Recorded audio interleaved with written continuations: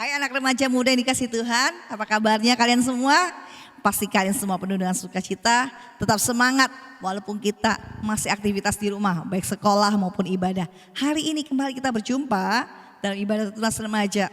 Kita mau siapkan hati kita untuk memuji menyembah Tuhan. Yuk sama-sama, boleh sama-sama berdiri. Sebelumnya Kak Yuni mau ajak kita semua dong salam happy. 3, 2, 1, salam happy. My choice is my destiny in Jesus Christ. I'm so happy. Yeay. Sekali lagi yang lebih seru. Salam happy. My choice is my destiny in Jesus Christ. I'm so happy. Beri tepuk tangan yang meriah buat Tuhan kita. Haleluya. Oke, anak remaja muda yang dikasih Tuhan, kita akan memulai ibadah kita. Sebelumnya Kak Yuni kita ajak semua untuk berdoa terlebih dahulu. Yuk bersama-sama kita tetap berdiri. Kita mau berdoa kepada Tuhan. Allah Bapa yang kami sembah, yang kami puji, yang kami muliakan di dalam nama Yesus. Engkau Tuhan juru selamat kami, pertolongan kami, sumber kehidupan kami. Hari ini kami kembali Tuhan, datang kepadamu, menghadap kepadamu. Di rumah kami masing-masing untuk kami memuji menyembah Tuhan. Tuhan, kami tetap bersyukur hari ini kami boleh ada. Kami tetap bersyukur sekalipun kami beribadah di rumah kami masing-masing. Kami tetap bersyukur Tuhan, sebab Allah yang kami sembah, Allah yang tetap tidak berubah. Itu Yesus Tuhan, dulu sekarang sampai selama-lamanya. Kami menaikkan pujian kami kepadamu ya Bapa. Kami menaikkan pengagungan kami kepadamu Tuhan. Kiranya Engkau disukakan lewat pujian kami, lewat ibadah kami hari ini. Terlebih kami rindu Engkau disukakan lewat kehidupan kami sebagai anak remaja muda yang mengasihi Tuhan. Berbicaralah Tuhan atas kami semua siang hari ini melalui firman-Mu yang sebentar kami akan dengarkan juga. Tuhan, bila ada pesan-Mu yang Kau mau sampaikan kepada setiap hati kami. Roh Kudus lawat kami, Roh Kudus jamah kami dengan firman-Mu ya Bapa. Terima kasih Tuhan, terima kasih. Kami siap memuji nama-Mu. Kau berkati ibadah kami dari awal hingga akhirnya. Demi nama Yesus kami berdoa. Dan kami mengucap syukur, kami tabiskan ibadah kami ini. Haleluya, bersama-sama kita katakan amin. Yuk bersama kita angkat pujian kita bagi Tuhan. Jangan lelah bekerja di ladangnya Tuhan. Jangan lelah memuji menyembah Tuhan. Jangan lelah beribadah kepada Tuhan. Amin. Ya, bertepuk tangan bersama. Semua adik di rumah bertepuk tangan ya. Kita akan bernyanyi bagi Tuhan dengan sukacita. Memuji Dia. Ya, bersama-sama adik-adik kita memuji Tuhan. Bertepuk tangan bersama. Jangan lelah bekerja di ladangnya Tuhan. Roh Kudus yang beri kekuatan. Dia mengajar dan menopang. Tiada lelah bekerja bersamamu Tuhan, yang selalu mencukupkan akan segalanya. Sekali katakan jangan lelah. Jangan lelah bekerja di ladangnya Tuhan. Roh Kudus yang beri kekuatan. Dia mengajar dan menopang. Tiada lelah bekerja bersamamu Tuhan, yang selalu mencukupkan akan segalanya. Ratakan tanah bergelombang, timbunlah tanah yang berlubang, menjadi siap dibangun di atas dasar iman. Ratakan tanah bergelombang, timbunlah tanah yang berlubang, menjadi siap dibangun di atas dasar iman. Bersama kita bertepuk tangan yuk, musik memuji Tuhan. Kita minta Roh Kudus ya, untuk menguatkan kita, menopang kita, untuk tetap setia pada Tuhan. Amin. Jangan lelah bekerja di ladangnya Tuhan. Roh Kudus yang beri kekuatan. Dia mengajar dan menopang. Tiada lelah bekerja bersamamu Tuhan, yang selalu mencukupkan segalanya. Ratakan tanah bergelombang, timbunlah tanah yang berlubang, menjadi siap dibangun di atas dasar iman. Ratakan tanah bergelombang, timbunlah tanah yang berlubang, menjadi siap dibangun di atas dasar iman. Lagi katakan ratakan tanah, ratakan tanah bergelombang, timbunlah tanah yang berlubang, menjadi siap dibangun di atas dasar iman. Ratakan tanah bergelombang, timbunlah tanah yang berlubang,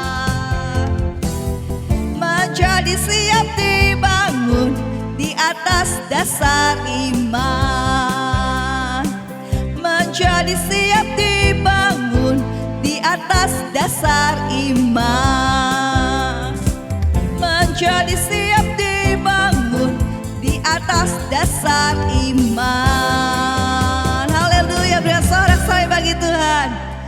Biarlah kita menjadi kuat, dibangun di atas dasar iman yang teguh dalam Yesus Tuhan. Amin. Kita siapkan hati kita untuk dengar firman Tuhan yang adalah kebenaran. Yuk adik-adik, kita mau belajar firman Tuhan hari ini. Biar firman Tuhan mengajar kita untuk semakin hari semakin mengerti isi hati Tuhan, semakin hari semakin mengasihi Tuhan, semakin hari semakin mencintai Tuhan. Terima kasih Tuhan. Terima kasih Yesus. Terima kasih Tuhan. Terima kasih ya Yesus Tuhan. Haleluya. Terpuji Kau Tuhan.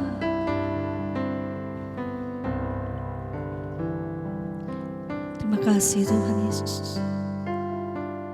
Oh Tuhan, pakailah hidupku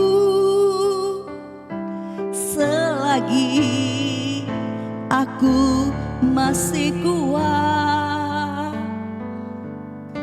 Bila saatnya nanti ku tak berdaya lagi, hidup ini sudah jadi berkah. Adik-adik yang dikasih Tuhan, yuk kita mau belajar. Dari kita masih kecil sekarang, hidup kita mau berguna bagi Tuhan. Hidup kita mau berguna bagi sesama kita. Selama ada kesempatan, selama kita masih hidup di muka bumi ini, yuk bersama-sama punya kerinduan. Aku mau hidup aku menyenangkan hati Tuhan. Aku mau hidupku aku menjadi berkat buat sesamaku. Kita akan puji kita dari awal. Hidup ini adalah kesempatan. Hidup ini adalah kesempatan. Hidup ini untuk melayani Tuhan. Jangan sia-siakan waktu yang Tuhan beri. Hidup ini hanya sementara. Hidup ini adalah kesempatan. Hidup ini untuk melayani Tuhan. Jangan sia-siakan waktu yang Tuhan beri. Hidup ini hanya sementara. Oh Tuhan, pakailah hidupku selagi aku masih kuat. Bila saatnya nanti ku tak berdaya lagi, hidup ini sudah jadi berkah. Yuk adik bersama, mari kita puji kita dari awal dengan hati yang sungguh-sungguh mengasihi Tuhan, dengan hati hati yang sungguh-sungguh tertuju kepada Tuhan. Hidup ini adalah kesempatan. Hidup ini untuk melayani Tuhan. Jangan sia-siakan waktu yang Tuhan beri. Hidup ini hanya sementara. Oh Tuhan, pakailah hidupku selagi aku masih kuat. Bila saatnya nanti ku tak berdaya lagi, hidup ini sudah jadi berkah. Oh Tuhan, pakailah hidupku selagi aku masih kuat.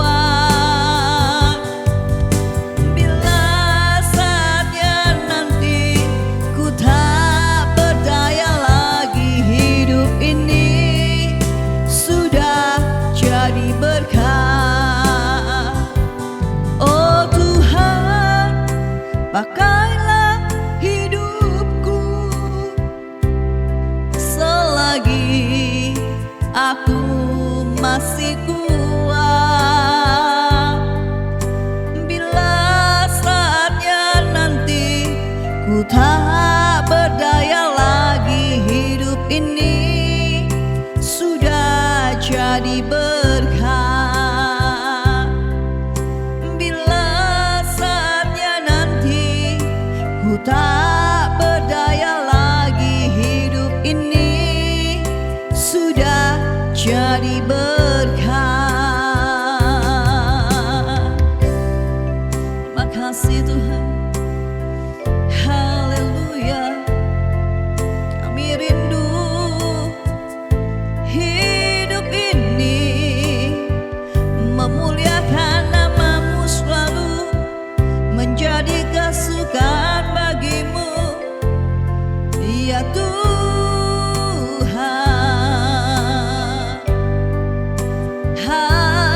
Haleluya, haleluya, haleluya, haleluya. Ini kerinduan kami untuk memuliakan nama-Mu, untuk menyukakan hati-Mu seumur hidup kami. Terima kasih Tuhan, terima kasih Yesus. Haleluya, haleluya, haleluya.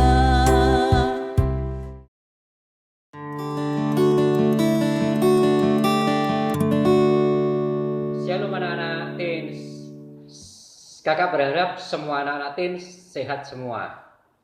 Sebelum kita belajar firman Tuhan, mari kita berdoa dulu ya. Tuhan, terima kasih Tuhan untuk berkat yang Kau berikan hari ini, waktu yang Kau berikan hari ini untuk kami kembali belajar firman-Mu. Tuhan, kami mohon siapkan hati dan pikiran adik-adik sekalian Tuhan, dan kiranya firman-Mu ini dapat diterima oleh adik-adik ini dengan mudah dan dapat diterapkan di dalam kehidupan sehari-hari Tuhan. Di dalam nama Tuhan Yesus kami sudah berdoa. Haleluya. Amin. Ya, kita masih bersyukur adik-adik, walaupun di situasi pandemi COVID-19 ini kita masih dapat berkumpul belajar merenungkan firman Tuhan. Itu salah satu yang kita patut syukuri, karena Tuhan masih melindungi kita sekalian. Ya memang adik-adik, memang secara langsung pandemi COVID-19 ini membuat seluruh kebiasaan kita berubah. Antara lain adalah kita saat ini masih ibadah secara online, sekolah secara online, semuanya kita jadi berubah. Dan kita setiap kali mau keluar, ada sesuatu perlengkapan yang kita harus gunakan dan aturan yang kita harus patuhi. Antara lain adalah, adik-adik tahu apa? Salah satunya adalah masker. Itu perlengkapan yang setiap kali kita harus, saat ini kita harus gunakan. Yang kedua, aturan yang kita harus setiap kali cuci tangan dengan sabun. Yang ketiga, aturannya adalah kita harus menjaga jarak antar orang lain. Jadi kita kalau biasanya kita berdekatan dengan orang, sekarang kita harus berjauhan dan kita harus menjauhi kerumunan orang. Semua perlengkapan dan aturan ini itu adalah untuk memutus rantai penyebaran COVID-19 ini. Jadi mau tidak mau kita harus menggunakan dan mematuhinya.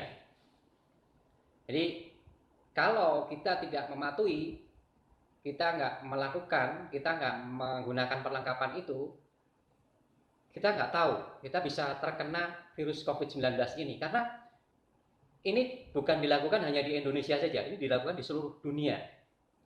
Ini yang membuatnya adalah satu virus COVID-19 ini tadi. Virus ini tidak kelihatan, tapi bisa mengubah seluruh kebiasaan di dunia. Ya, yang merubah seluruh kebiasaan di dunia ini hanya sebuah virus COVID-19 itu tadi namanya. Dia sangat membahayakan sekali seluruh umat di seluruh dunia ini. Tapi kakak hari ini akan menceritakan bahwa ada yang lebih membahayakan lagi, yang selalu dari dulu sampai sekarang hingga nanti akan menghancurkan seluruh umat manusia di seluruh dunia. Siapa adik-adik? Siapa tahu? Dia adalah iblis. Iblis punya rencana dari dulu sampai sekarang juga tidak pernah berubah, yaitu yang ingin menghancurkan kerajaan Allah. Firman Tuhan hari ini kakak akan berikan judul Strategi Bertahan dan Melawan Serangan Iblis. Strategi bertahan dan melawan serangan iblis. Sebelumnya mari kita membuka firman Tuhan. Mari adik-adik siapkan firman Tuhan di Efesus 6 ayat 10 sampai dengan 20.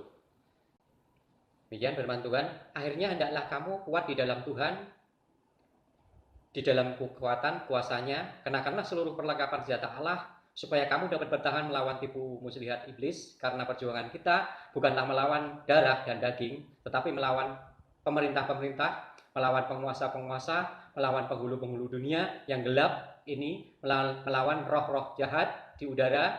Sebab itu ambillah seluruh perlengkapan senjata Allah, supaya kamu dapat mengadakan perlawanan pada hari yang jahat itu, dan tetap berdiri sudah kamu menyelesaikan segala sesuatu. Jadi berdirilah tegap, berikat pinggangkan kebenaran, dan berbaju jirahkan keadilan, kakimu berkasutkan kerelaan untuk memberitakan Injil damai sejahtera. Dalam segala keadaan pergunakanlah perisai iman, sebab dengan perisai itu kamu akan dapat memadamkan semua panah api dari si jahat. Dan terimalah ketopong keselamatan dan pedang roh, yaitu firman Allah. Dalam segala doa dan permohonan berdoalah setiap waktu di dalam roh, dan berjaga-jagalah di dalam doamu itu dengan permohonan yang tak putus-putusnya untuk segala orang kudus. Juga untuk aku, supaya kepadaku jika aku membuka mulutku dikaruniakan perkataan yang benar, agar dengan keberanian aku memberitakan rahasia Injil yang kulayani sebagai utusan yang dipenjarakan. Berdoalah supaya dengan keberanian aku menyatakannya sebagaimana seharusnya aku berbicara. Iblis sangat tidak suka ya pada orang-orang yang hidupnya sungguh-sungguh bagi Allah, yang melayani Allah tentunya. Orang-orang seperti ini adalah target utama yang harus iblis taklukkan. Bagi iblis, mereka harus dibungkam dan ditaklukkan. Ya, setidaknya dibungkam agar mereka berhenti merebut jiwa-jiwa yang terhilang, adik-adik. Ditaklukkan agar mereka suatu saat tersandung kemudian meninggalkan Tuhan. Itu adik-adik yang menjadi tujuannya iblis, yaitu membuat kita hancur. Dari semasa ke masa, iblis selalu menyusun strategi yang sangat luar biasa sekali adik-adik. Salah satu strategi yang iblis punya, yang Paulus perkenalkan di perikop ini, dapat disebut dengan istilah strategi mata koin. Kenapa disebut mata koin, adik-adik? Karena mata koin itu adalah ada dua sisi ya, yaitu taktiknya yang amat ampuh itu adalah yang pertama adalah tipu muslihat. Di ayat 11 Paulus mengungkapkan bahwa iblis menggunakan tipu muslihat untuk menjebak dan menjerumuskan orang-orang percaya. Ia sangat ahli dalam hal manipulasi, adik-adik. Iblis itu memang tidak maha tahu, tetapi ia tahu lebih banyak daripada manusia. Ia tahu benar bahwa apa yang menjadi isi hati dan pikiran manusia. Ia tahu benar bahwa apa yang menjadi kelemahan-kelemahan kita, kelemahan-kelemahan manusia ya. Apa yang menjadi kebutuhan manusia, dia juga tahu. Ia sangat getol sekali memperkenalkan kata kompromi kepada dosa. Ia tahu benar bahwa bagaimana mengalihkan fokus seorang kepada dunia dan kepuasan diri. Ia tahu benar bahwa bagaimana caranya mengadu domba anggota gereja antar teman-teman adik-adik.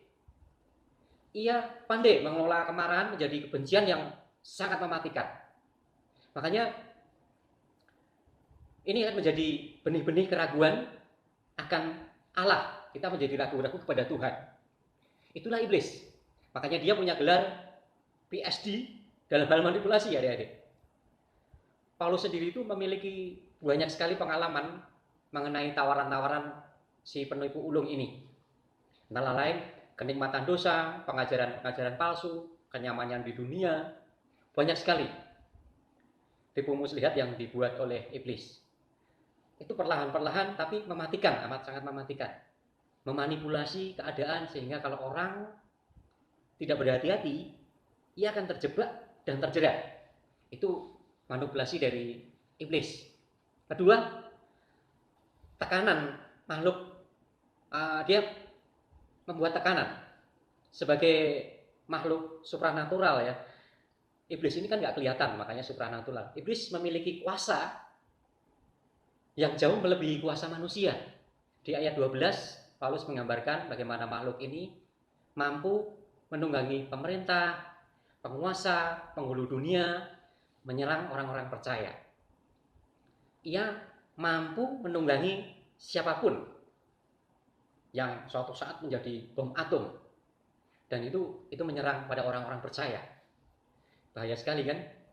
Itu strateginya iblis ya. Yang pertama tadi membuat tipu muslihat, kemudian yang kedua memberikan tekanan. Bagaimana sekarang kita sebagai orang percaya, kita yang percaya kepada Tuhan, adik-adik, itu bagaimana?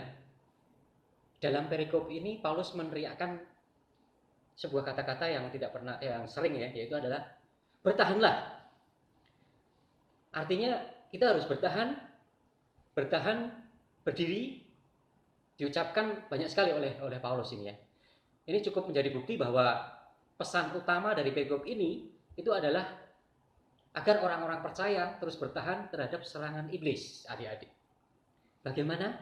Yang pertama, kita harus bersandar kepada Tuhan. Di ayat 10, Paulus mengatakan, hendaklah kamu kuat di dalam Tuhan, di dalam kekuatan kuasanya. Itu Paulus menyampaikan, atau kita harus melakukan sebagai orang percaya, menggunakan alat, atau kita harus bersandar kepada Tuhan. Kedua, yaitu mengenakan perlengkapan senjata Allah. Sama seperti di sini Paulus menceritakan, menggambarkan seperti seorang prajurit. Prajurit yang penting itu adalah menggunakan perlengkapan perang sebelum maju perang, adik-adik. Ini bukan hanya untuk keselamatan dirinya sendiri ya, si prajurit itu, tapi untuk kemenangan di dalam peperangan itu. Apa saja yang menjadi perlengkapannya? Ayat 11 itu menggambarkan bahwa kita harus bertahan. Di ayat 13 menggambarkan tindakan yang aktif atau mengadakan perlawanan. Yang menarik dari kedua ayat ini, baik bertahan maupun mengadakan perlawanan, ternyata Paulus tetap memberi pesan untuk mengenakan seluruh perlengkapan senjata Allah. Apa artinya? Artinya dalam perjuangan kita melawan kuasa iblis, bertahan dan menyerang itu merupakan satu kesatuan. Kita tidak bisa menang hanya dengan bertahan, tapi kita tidak mungkin menang juga hanya dengan menyerang tanpa berpikir untuk bertahan. Dalam peperangan-peperangan maupun dalam pertandingan olahraga seperti sepak bola, aspek menyerang dan bertahan harus dijalankan bersama-sama jika kita ingin menang dalam pertandingan itu. Kakak akan mengulas apa saja perlengkapan senjata Allah. Yang pertama adalah di ayat 14, berikat pinggang kebenaran. Apa maksudnya? Maksudnya adalah kebenaran dipakai sebagai ikat pinggang. Atau ikat pinggang ini kalau kita lihat sebagai alat untuk membuat kita rapi agar posisi pakaian tetap pada posisinya. Bayangkan kalau celana longgar-longgar tanpa ikat pinggang tahu-tahu jatuh, apakah itu sangat mempermalukan? Apakah itu tidak sangat mempermalukan? Itu tentunya sangat mempermalukan sekali.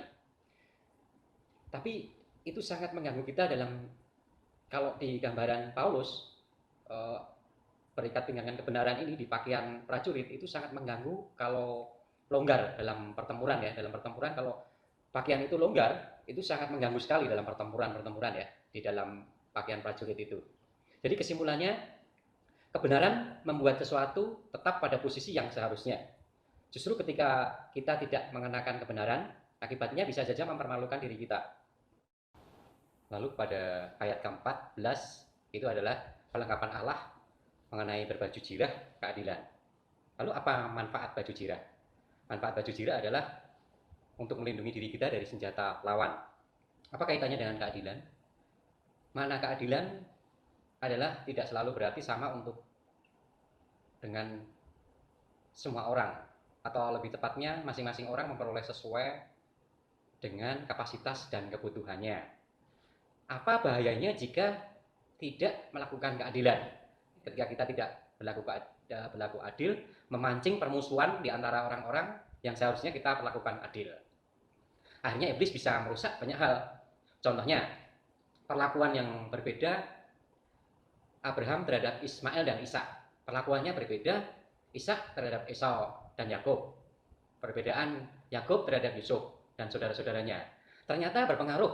Bahkan sampai zaman sekarang dimulai dari ketidakadilan mengakibatkan permusuhan. Bahkan peperangan turun-temurun. Jadi hati-hati terhadap tindakan kita, karena kita tidak tahu betapa besar dampak yang bisa dihasilkan dari ketidakadilan. Itu ada. Ketidakadilan sangat berpotensi merusak persekutuan Kristen. Itu bisa menjadi titik lemah bagi serangan iblis, adik-adik. Kemudian ayat yang ke-15, perlengkapan Allah, kaki yang berkasutkan kerelaan untuk memberitakan Injil damai sejahtera. Mungkin ini yang paling jelas kenapa bagian pemberitaan Injil diumpamakan sebagai kasut. Dengan kata lain, alas kaki. Bayangkan kalau tiap langkah hidup kita selalu ada jejak-jejak pemberitaan Injil itu. Untuk kaki untuk berjalan. Memberitakan Injil membutuhkan keberanian untuk berjalan pergi. Manapun orang Kristen melangkah, seharusnya ada jejak-jejak pemberitaan Injil. Itu adik-adik. Artinya kita beralaskan kasut ya untuk memberitakan Injil. Kemudian ayat yang ke-16, perisai iman. Perisai iman sesuai dengan fungsinya untuk melindungi kita dari serangan musuh juga. Iman di sini ditempatkan sebagai perisai yang mampu melindungi diri dari serangan iblis. Bagaimana caranya iman ini bisa melindungi? Misalnya ketika kita jatuh dalam dosa, seringkali kita merasa tidak layak untuk datang kepada Tuhan. Pada kondisi seperti ini nih, adik-adik, kita merasa tidak layak untuk datang kepada Tuhan. Pada kondisi seperti ini, iblis biasa saja menekan kita, mengintimidasi kita untuk tidak datang kepada Tuhan, dan akhirnya kita jauh kepada Tuhan. Itu yang kita perlukan untuk kita mendekatkan lagi kepada Tuhan. Kita harus mempunyai iman. Coba kita lihat teladannya Tuhan Yesus ya. Kenapa Tuhan Yesus mampu mengalahkan serangan iblis? Apa sekedar karena pengetahuan akan firman Tuhan? Tidak juga. pengetahuan akan firman Tuhan memang membantu, tapi itu bukan satu-satunya kunci kemenangan Kristus. Kunci kemenangan Kristus adalah pada imannya, sehingga menjadi kuat untuk bertahan atas serangan iblis. Yesus bertahan dalam iman. Makanya kita bisa mengambil teladan kepada Tuhan Yesus, adik-adik, gitu ya, perisai iman. Kemudian kita menginjak ke perlengkapan Allah yang lain adalah ketopong keselamatan dan pedang roh pada ayat 17. Fungsi ketopong itu adalah melindungi bagian yang kalau ini di Romawi ya, prajurit tentara Romawi itu seperti helm atau tutup kepala untuk melindungi kepala, ditempatkan di atas kepala ya, karena kenapa ditempatkan di kepala? Ketika kamu mengenakan ketopong ya, misalkan seperti helm, jangan berharap kamu bisa, kalau nggak pakai ketopong, jangan harap bisa mengontrol dengan baik perilaku yang kita inginkan atau serangan. Itu perumpamaannya gini, kalau kita dapat serangan dari iblis di kepala kita, segala tindakan kita itu akan tidak sesuai dengan apa yang dikehendaki Tuhan. Itu bahaya sekali. Makanya kita di Paulus di sini menceritakan menggunakan ketopong, yaitu untuk melindungi pikiran kita dari serangan iblis. Orang dapat bisa selamat kalau dengan ketopong ini. Kemudian bagaimana dengan pedang roh? Di sini menjadi pedang roh adalah firman Allah dan permohonan. Firman Tuhan menjadi kekuatan yang sangat berharga untuk bertahan dan menyerang seperti pedang. Ingat, Tuhan Yesus dalam percobaan di padang gurun selalu menjawab tipu daya iblis dengan apa, adik-adik? Firman Tuhan. Itu firman Tuhan. Kemudian ayat 18-20 adalah doa yang tidak putus-putus. Bukan hanya firman saja, adik-adik, tetapi kita juga akan terus memohon doa. Permohonan kita tidak pernah jemu ya, jangan pernah jemu. Karena berdoa di setiap waktu di dalam roh, setiap waktu itu sangat menjadi kekuatan kita terhadap serangan iblis. Rasul Paulus juga minta jelas bahwa hamba Tuhan adalah manusia yang biasa. Jadi kalau kakak-kakak semua ini juga manusia biasa, itu juga perlu dukungan doa dari semua adik-adik juga. Itu juga perlu. Jadi itu adalah doa yang tidak putus-putus. Baik adik-adik, jadi itu semua adalah pertahanan kita dan perlengkapan kita untuk gangguan atau musuh kita yang paling besar lebih daripada virus COVID-19, yaitu iblis. Kita harus berjaga-jaga juga. Untuk mengenakan kebenaran ini, tentu kita perlu mengerti kebenaran Allah dan menghidupi kebenaran itu. Kita harus tetap menempel penuh dan bersandar penuh kepada Tuhan Yesus, dan kita harus sering berdoa, membaca firman Tuhan adik-adik. Itu yang kita perlukan adik-adik. Kakak sampaikan pesan itu di dalam renungan ini ya. Itu adalah adik-adik harus tetap bersandar penuh dengan kepada Tuhan dan menggunakan perlengkapan Allah ini dengan benar. Itu aja adik-adik renungan dari kakak. Mari kita berdoa adik-adik sebelum kita selesaikan renungan ini. Terima kasih Tuhan untuk firman-Mu di hari ini. Tuhan, Engkau telah berikan kami pertahanan untuk serangan dari iblis. Tuhan, berikan juga kekuatan untuk adik-adik ini mengerti tentang firman-Mu dan bersandar penuh pada Engkau Tuhan untuk menangkal serangan-serangan dari iblis. Kemudian pergaulan-pergaulan yang jahat Tuhan, Engkau berikan kekuatan pada adik-adik teens ini Tuhan untuk tetap bersandar kepadamu Tuhan. Terima kasih Tuhan untuk firman-Mu hari ini. Di dalam nama Tuhan Yesus kami sudah berdoa. Haleluya. Amin. Oke adik-adik, sampai ketemu lagi. Terima kasih. Haleluya. Sudah mendengar renungan firman Tuhan. Kiranya firman Tuhan ini bukan cuma sekedar kita mendengar, tapi kita bisa praktekkan dan kita lakukan. Oke? Oleh karenanya nanti kakak akan share apa yang harus kalian perbuat di setiap firman Tuhan yang sudah pernah kalian dengar selama ini. Ya, karena kakak ingin memantau dan juga memastikan bahwa bukan cuma sekedar memastikan kalian beribadah, tapi memastikan bahwa firman Tuhan tidak sia-sia, agar firman Tuhan ini jangan sampai jatuh di pinggir jalan, tapi biarlah firman Tuhan ini, benih firman Tuhan ini jatuh di tanah yang baik, supaya bertumbuh, berbuah, berkali lipat, dan firman Tuhan itu menghasilkan kualitas kehidupan anak-anak Tuhan yang hebat. Ya, mari sama-sama bangkit berdiri, kita pejamkan mata, tundukkan kepala, dan terimalah doa berkat ini. Adik-adik yang dikasih oleh Tuhan Yesus sekarang, terimalah segala berkat rahmat dari Allah Bapa, cinta kasih dari Kristus Yesus Tuhan, penghiburan, kekuatan, pimpinan, kuat kuasa, didikan Roh Kudus memberkati adik-adik sekalian, sehingga dengan berkat Tuhan ini membuat adik-adik makin taat, makin menghormati dan mengasihi Tuhan, dan semakin berani bersaksi untuk hidup seperti yang Tuhan kehendaki. Di dalam nama Tuhan Yesus, semua yang percaya diberkati Tuhan sama-sama katakan amin. Salam happy, my choice is my destiny, in Jesus Christ I am so happy. Tuhan Yesus memberkati, sampai jumpa lagi, bye.